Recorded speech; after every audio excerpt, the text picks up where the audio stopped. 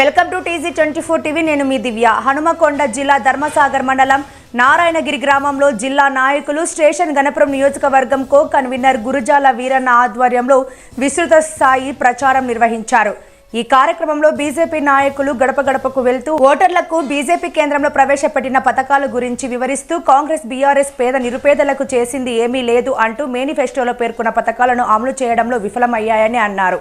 ఈ కార్యక్రమంలో పెట్టుబడి కృష్ణమూర్తి, బత్తెని సాంబరాజు, బండి రాజ్ కుమార్, దుస్సర రజనీకాంత్, గురజాల సురేందర్, రావుల తిరుపతి రెడ్డి, ఎస్కే అబ్దుల్ నబీ తదితరులు పాల్గొన్నారు.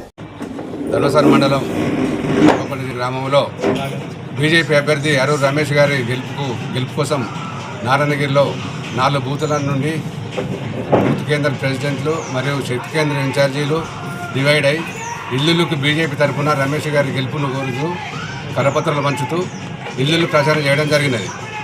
ఈ సందర్భంగా నేను జిల్లా కార్యదర్శి, హన్మకొండ జిల్లా కార్యదర్శి మరియు Ganapuram constituency co convener Gurujala Veeranna గారిని ప్రజలకు మనవి ఏమనగా, నారాయణ గ్రామానికి, తెలంగాణ రాష్ట్రానికి మోడీ గారు అనేక నిధులు ఇచ్చినా కానీ వాళ్ళు పేర్లు మార్చుకుంటూ తమ పార్టీలు చేసినట్టుగా గొప్పలు చెప్పుకుంటూ బీఆర్ఎస్ వాళ్ళదే గొప్పలు చెప్తున్నారు, కాంగ్రెస్ వాళ్ళదే గొప్పలు చెప్తున్నారు.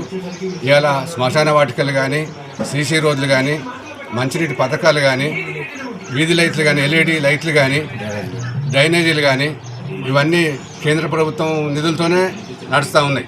దాదాపు తెలంగాణ 10 ఏళ్లలో మోడీ గారు ప్రధానమంత్రి అయిన తర్వాత ఎంత అభివృద్ధి జరిగిందనేది బేరీజు వేసుకుంటూ యువతలో ముఖ్యంగా నరేంద్ర మోడీ గారి మీద ఓటు ఆశలు పెట్టుకున్న యువత, రైతాంగం కూడా వాళ్ళకి 3,6,000 రూపాయలు ఇస్తానని చెప్పి వాళ్ళు తృప్తిగానే ఉన్నారు.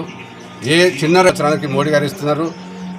నేను ఒకటి మనవి చేస్తున్న ప్రభుత్వానికి ఏంటంటే, కేంద్ర ప్రభుత్వానికి ఈ 2,000 సరిపోతలే, 3 విడతల్లో 3, 5, 15,000 ఇవ్వాల్సిందిగా నేను ఒక పార్టీ కార్యకర్తగా కేంద్ర ప్రభుత్వాన్ని విజ్ఞప్తి చేస్తున్నా.